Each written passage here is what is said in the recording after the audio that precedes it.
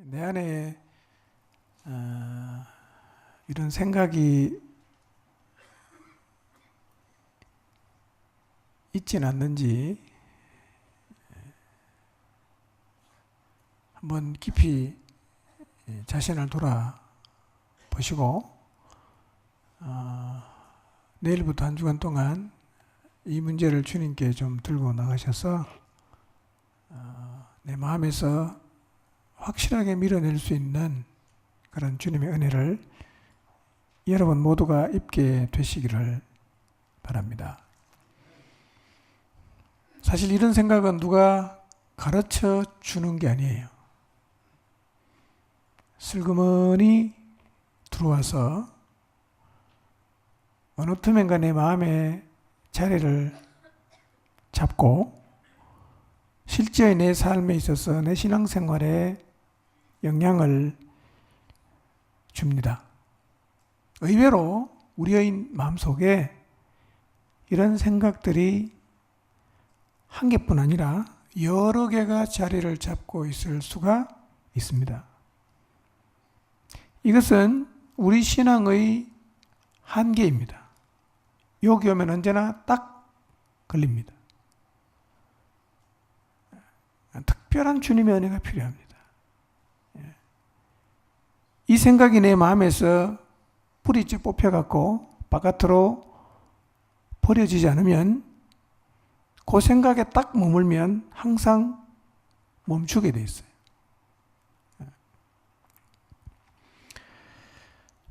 이런 분이 계실지 모르겠습니다. 내 마음속에 누군가를 향해서 앙심을 품고 있어요. 이걸 다 털어버리고 용서해야 되는데 한편으로 생각해 보면 그 사람이 일부러 그런 게 아닐 테니까 내가 툭툭 털고 내 마음에서 지워버리자 그런 생각을 해도 어느 틈엔가 그 생각이 내 마음속에 자리를 딱 잡고 있어요.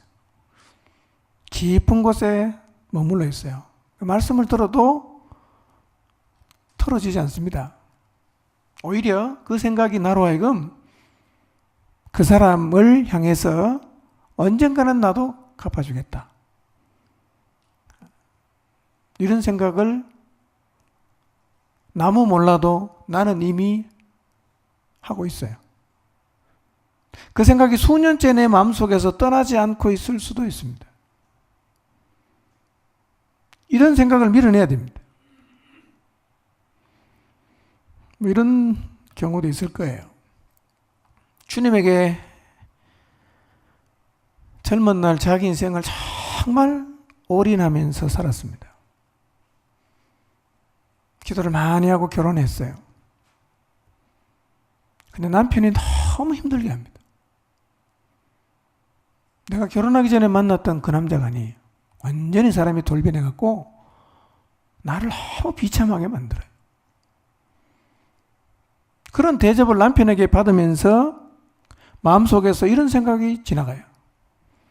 내가 이만큼 주님을 위해서 열심히 했는데 하나님이 나한테 이렇게 대우하신다면 나도 이제 더는 하나님을 위해서 열심히 할 필요가 없겠다. 이런 생각이 내 마음속에 자리를 잡는 순간 이 생각을 밀어내지 않으면 이 사람은 젊은 날 주님을 향해서 가졌던 그 신앙의 열정을 회복하는 일은 불가능해집니다.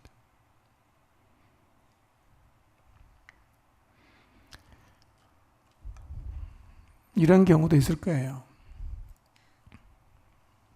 하나님 말씀에 내가 정말 순종하면서 헌신했습니다.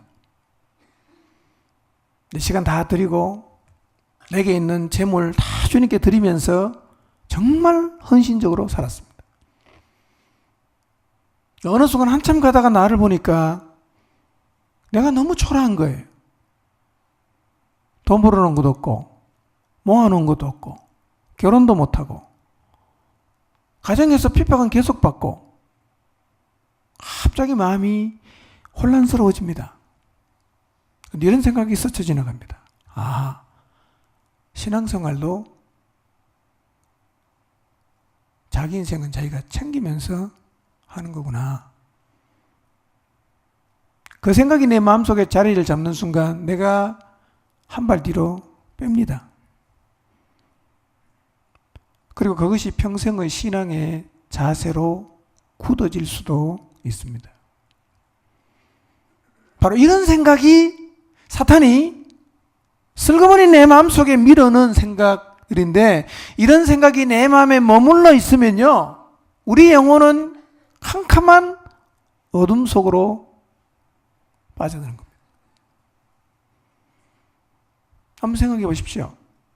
여러분의 인생 가운데 이와 유사한 경험들을 하면서 여러분의 마음속에 성경 말씀과는 전혀 상관이 없이 만들어진 생각, 여러분 안에서 여러분 스스로가 정리해서 만들어 놓은 생각이 여러분의 마음속에 자리를 잡아서 하나님 말씀을 들어도 성경에는 그랬는지 모르지만 내 경험상 나는 그렇게는 더 이상은 안 할 거야. 이렇게 되는 것이 유다가 예수님을 팔겠다는 생각을 먹은 것하고 같은 거예요. 같은 거예요.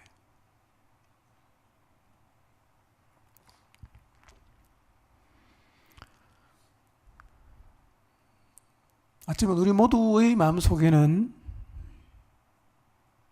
이런 생각이 한두 가지 이상씩은 자리를 잡고 있을 수가 있습니다.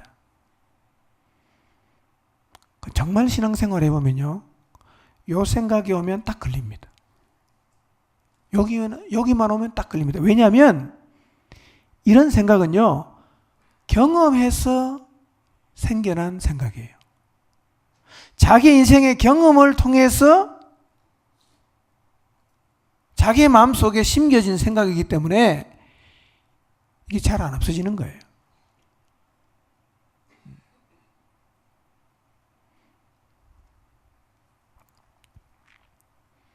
이 생각 털어내야 됩니다.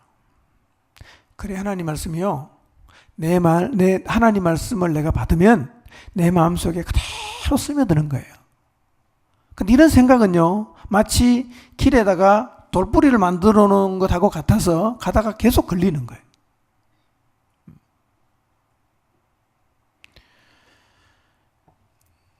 이런 생각 어떻게 하면 털어낼까요? 근데 대개 사람들은 이런 생각을 마음속 저 깊은 곳에 숨겨놔요. 잘 털어내지도 않습니다. 드러내지 않으면 죽을 때까지 안 없어집니다. 제일 좋은 방법이 뭐냐면요, 이거를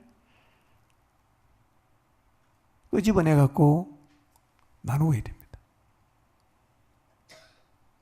자기 내면 속에 있는 부정적인 생각, 하나님을 향해서 서운한 생각, 그래서 만들어진 생각들, 사람과의 관계에서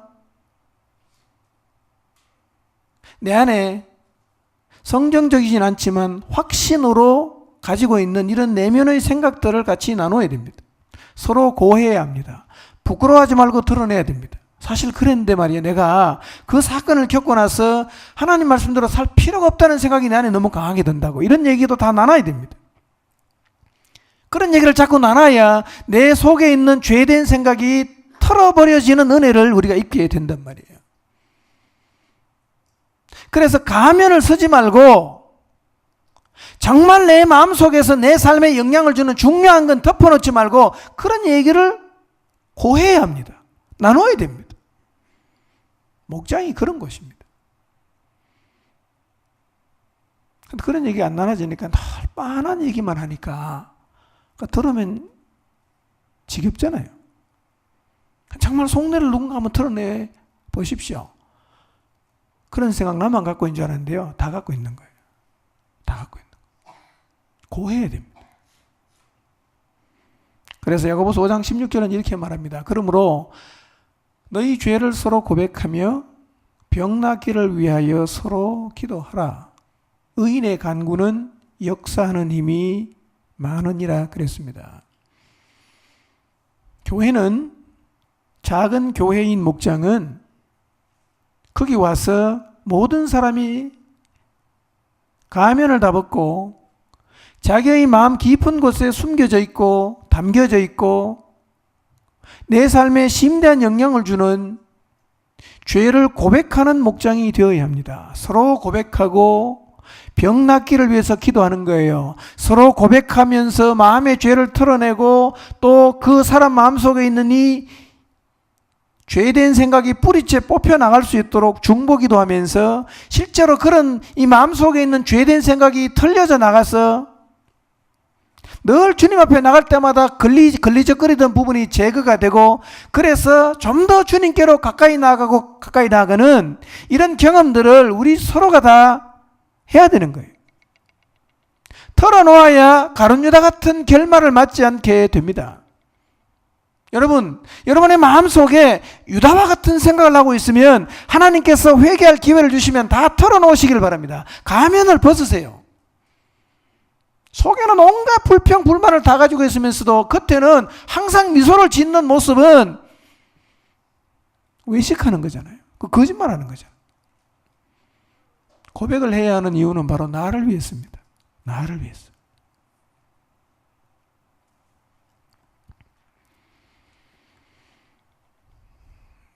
가면을 다 벗고 믿음 좋은 척하지 말고 나 이런 사람이요. 사실은요 부끄러운 게 아닙니다. 그게 진짜 리더십입니다. 평양의 대부흥이 어떻게 일어났는지 아십니까? 한 장로님이 자기 죄를 고백하는 데서부터 시작해서 평양 대부흥이 시작됐습니다. 가면을 다 벗고 내 마음속에서 지금도 자라고 있고 지금도 뿌리를 더 깊이 내리고 있고 지금도 내 삶을 말씀대로 살지 못하도록 떡하니 서서 가로막고 있는 내 내면의 죄를 고백하고 내가 이 죄에서 좀 벗어날 수 있도록 내 마음속에서 이 생각을 좀 밀어낼 수 있도록 기도를 요청하시고 여러분도 주님 앞에 무릎 꿇어 기도를 하셔야 합니다. 내일부터 특세가 시작됩니다.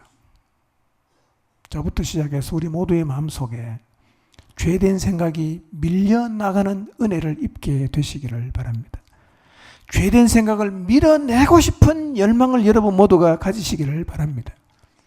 하나님 말씀이 능력으로 강력하게 내 마음 가운데 내 영혼 가운데 비추어져서 그렇게 내 영혼을 감고 있던 어둠들이 다 이렇게 물러가는 그런 역사가 경험되기를 사모하시기를 바랍니다.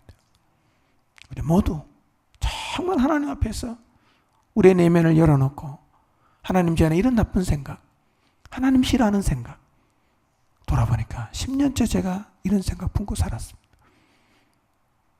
용서해 주십시오.